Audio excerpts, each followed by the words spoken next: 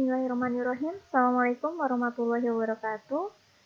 Video ini akan menjelaskan terkait rencana pembelajaran semester atau yang biasa disebut dengan RPS pada mata kuliah Matematika Diskrit dan Logika untuk Prodi Sistem Informasi semester 1. Mata kuliah ini seharusnya diampu oleh Bunda Riniwarti, namun saat ini Bunda sedang menyelesaikan studi S3 Statistika dan Sains Data di Institut Pertanian Bogor. Oleh karena itu, nanti mata kuliah Matematika Diskrit dan Logika akan belajar bersama saya. Nah, sebelumnya pernah saya sampaikan di Zoom bahwa saya belum pernah mengajar mata kuliah Matematika Diskrit, namun saya pernah memperoleh mata kuliah ini pada saat S1 sekitar 10 tahun yang lalu gitu ya. Masa lalu banget ini udah. Oke, tapi nanti nggak apa-apa, kita sudah sepakati bahwa kita akan belajar bersama-sama. Pada pertemuan pertama, kemampuan yang diharapkan yaitu menggunakan logika dan penalaran dalam kehidupan sehari-hari. Jadi yang akan kita pelajari yaitu preposisi, negasi, preposisi majemuk, inferensi, serta argumen. Selanjutnya, pada pertemuan yang kedua, kita akan kemampuan yang diharapkan yaitu menggunakan konsep dasar himpunan dan fungsi. Materi yang akan kita pelajari yaitu konsep dasar himpunan, jenis-jenis himpunan, operasi aljabar pada himpunan, serta himpunan ganda. Nah, ini himpunan rekan-rekan mahasiswa pernah belajar di tingkat SMP sederajat dan diulang lagi pada saat SLTA sederajat. Untuk pertemuan ketiga, kemampuan yang diharapkan yaitu menggunakan konsep dasar himpunan dan fungsi.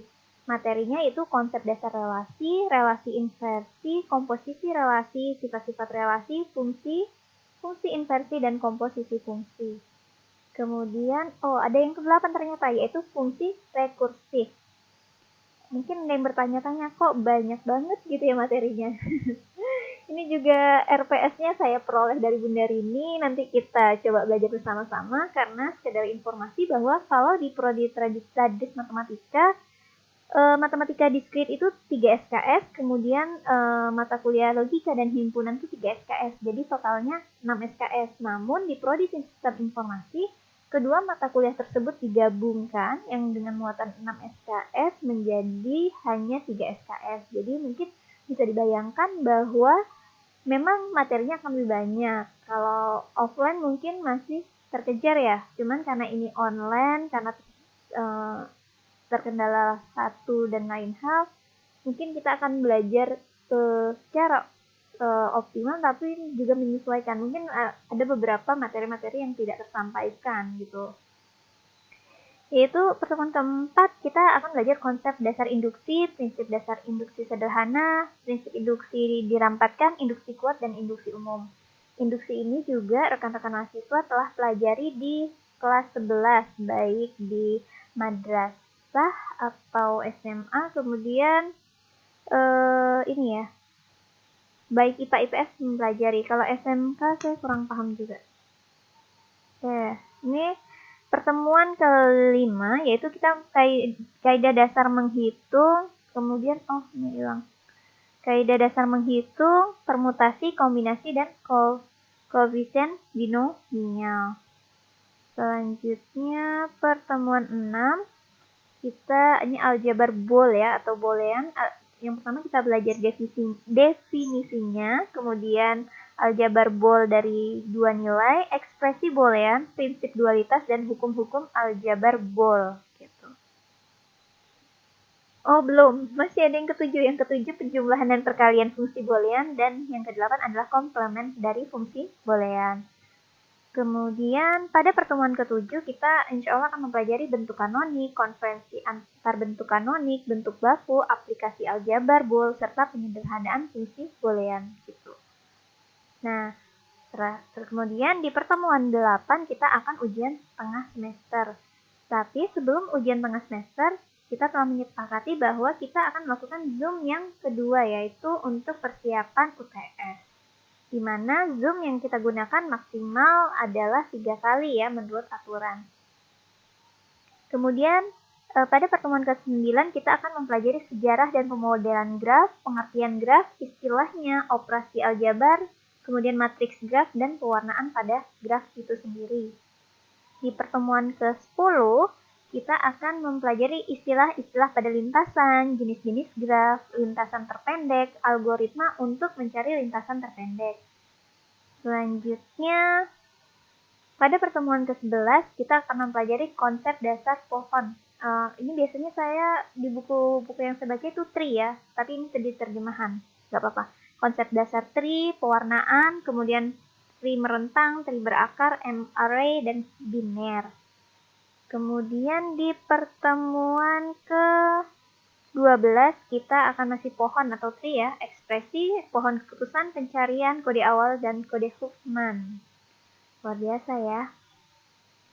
Selanjutnya, pertemuan ke-13 kita akan mempelajari sekuensial, otomata, bahasa, dan tata bahasa. Dan pertemuan 14 notasi algoritma, algoritma Euclides, dan algoritma rekursif. Selanjutnya pertemuan 15 yaitu kompleksitas algoritma dan kriptosistem atau kriptologi ya. Pengkodean, kemudian UAS. Jadi sebelum UAS juga kita sepakati Zoom ketiga atau Zoom yang terakhir bahwa kita akan membahas materi-materi untuk persiapan UAS, insya Allah ya. Kemudian ini beberapa referensi untuk rekan-rekan mahasiswa, tidak wajib beli, nanti kita pelajari bersama aja. Kemudian kalau ada e-book-nya mungkin bisa di-share nanti via WhatsApp. Kemudian RPS ini insya Allah akan di-upload pada e-learning, namun saya sejak tadi pagi kesulitan untuk membuka e-learning. Mungkin insya Allah tengah malam atau nanti sepertiga malam ya.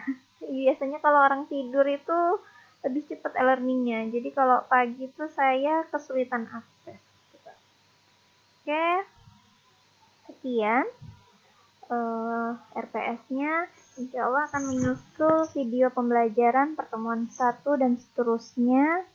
Namun sudah dijelaskan di awal bahwa tidak ada kewajiban mahasiswa untuk menonton video pada YouTube. Jadi, jika dirasa PowerPoint yang ada pada e-learning sudah dapat dipahami, maka tidak perlu. Namun, jika membutuhkan video pembahasan, boleh dilihat pada video-video selanjutnya, seperti itu.